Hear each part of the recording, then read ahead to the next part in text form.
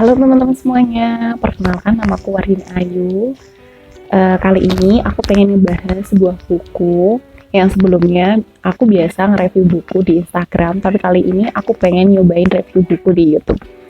So, kali ini kita bakalan ngebahas sebuah buku, judulnya ini dia, Merasa Pintar, Bodoh Saja Tak Punya, karya Cak Rusdi Matahari. Pertama kali diterbitkan pada tahun 2016. Dan ini karyanya salah satu penulis yang tulisannya tuh bener-bener bagus, dan aku ngerasa telat gitu mengenal buku ini karena penulisnya sendiri ternyata sudah meninggal dunia.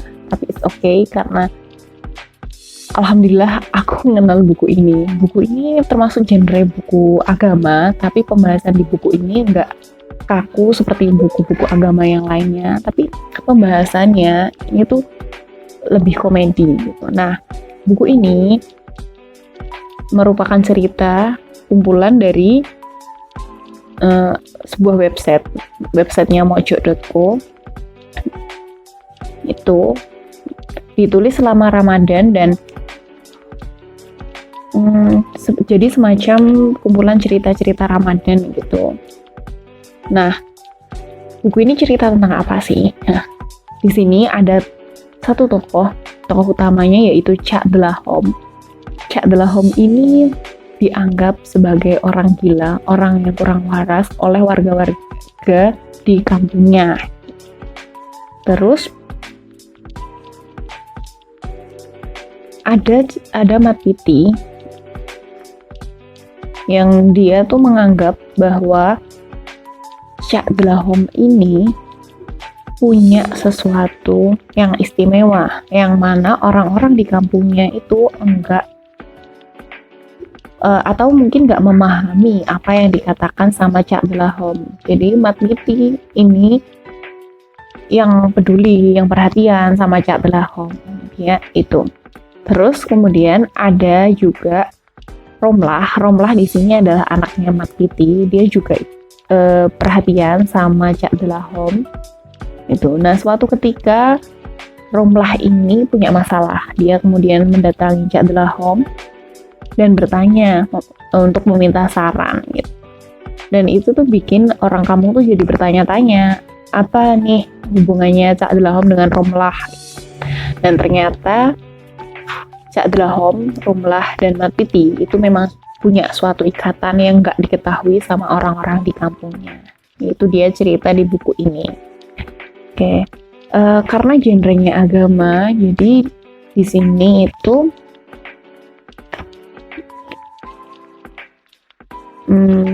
ada sebuah selip-selipan cerita gitu yang kemudian disangkutkan dengan kisah-kisah di dalam agama Islam ya terutama itu.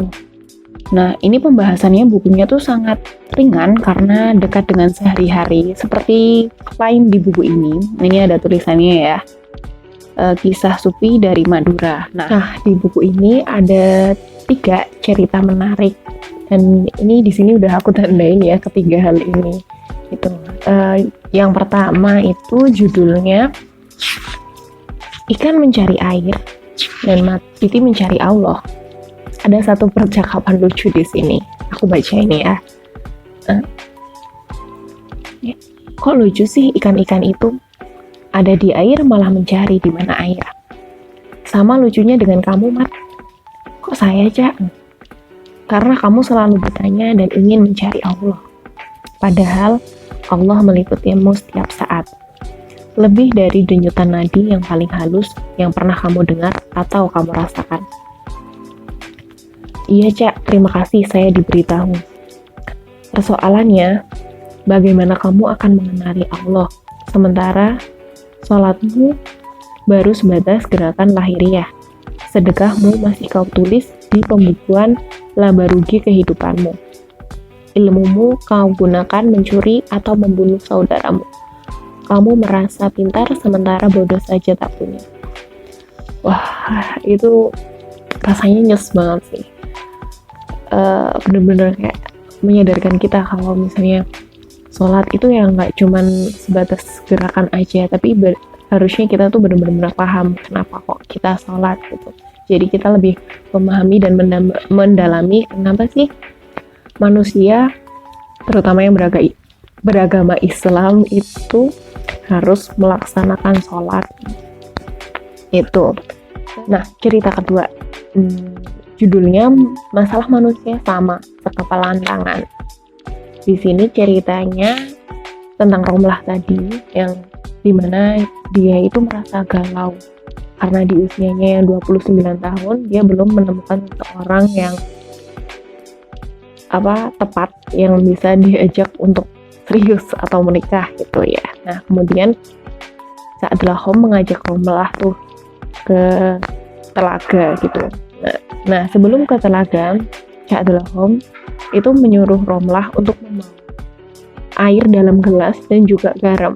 Terus kemudian sesampainya di telaga itu Cak Dlahom meminta Romlah untuk menyebarkan garamnya tersebut ke telaga itu dan juga memasukkan garam tersebut ke dalam gelas tadi. Kemudian Cak Dlahom bertanya, bagaimana rasanya Romlah? Segar Cak, segar, tidak ada asin. Padahal kamu tadi melempar garam segenggam ke telaga. Iya, segenggam, jawab Romlah. Romlah kembali duduk di mematang di samping Cak Dlahom. Cak Dlahom kini berani memegang tangan Romlah. Romlah, masalah dan persoalan manusia pada hakikatnya sama, hanya sekepalan tangan. Persis seperti garam yang tadi kamu genggam. Hidup bisa menjadi asin atau berat, atau menyegarkan, yaitu ringan, tergantung manusia dalam menempatkan hatinya. Menjadi hanya sebatas air di gelas atau seluas air di telaga. Kalimatnya Cak Dlahom tadi itu benar-benar semangat, benar-benar langsung menyadarkan bahwa masalah manusia itu sebenarnya sama, cuma segenggaman tangan aja. Tapi bagaimana kita bisa menempatkan hati kita menghadapi masalah-masalah tersebut. Kalau kita menempatkan hatinya itu hanya segenggaman tangan atau seperti air yang ada di dalam ya, kita hanya bisa menghadapi masalah itu tuh secara sempit gitu. Kita seperti nggak lapang. Sementara kalau misalnya kita menempatkan hati kita tuh pada itu benar-benar hati kita tuh bakalan lapang dalam menghadapi sebuah masalah tersebut. Cerita yang ketiga judulnya Mari Minta Maaf dan Telan. Di sini aku berfokus pada mari minta maaf ya. Jadi ada satu orang bernama Dullah itu meminta maaf terhadap Cak Dlahom. Nah, dia itu dulunya pernah menjadi seorang imam di masjid, pernah jadi penceramah juga di masjid, tapi memutuskan untuk berhenti karena dia merasa bahwa semua yang dia lakukan itu tuh nggak memberi ketenangan buat dia. Kemudian Cak Dlahom bertanya kepada Dullah, kamu sudah datangi ibumu, Dul? Memang di sini Dullah itu posisinya mempunyai masalah dengan ibunya, tapi Dullah belum pernah meminta maaf dan juga memberi maaf gitu. Masalahnya tuh sudah ada di masa lalu gitu, jadi belum selesai gitu. Kemudian Dullah menjawab, saya sudah memaafkan ibu kok, Cak. Memaafkan itu gampang, Dul. Meminta maaf dan mengakui salah itu yang susah. Tak semua orang mampu melakukannya kecuali orang-orang tertentu. Kenapa saya harus minta maaf, Cak? Kalau begitu, simpan saja sakit hatimu, biarkan berjamur dan beracun.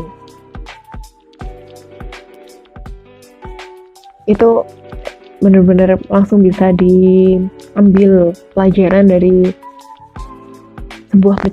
satu percakapan itu tadi ya, bahwa ya memang manusia itu tuh harus meminta maaf maupun memberi maaf gitu, karena untuk kita bisa merasakan ketenangan dalam hidup kan kita harus membersihkan perasaan-perasaan kita dari itu mungkin ada luka di masa lalu sehingga kita belum bisa memaafkan, terus kemudian ada juga rasa iri atau mungkin ada rasa marah terhadap segala sesuatu itu. Jadi buku ini tuh ceritanya sangat ringan dan menarik banget gitu, dan dan bisa diambil pelajarannya secara langsung karena ini tuh sangat-sangat relate dengan kehidupan kita.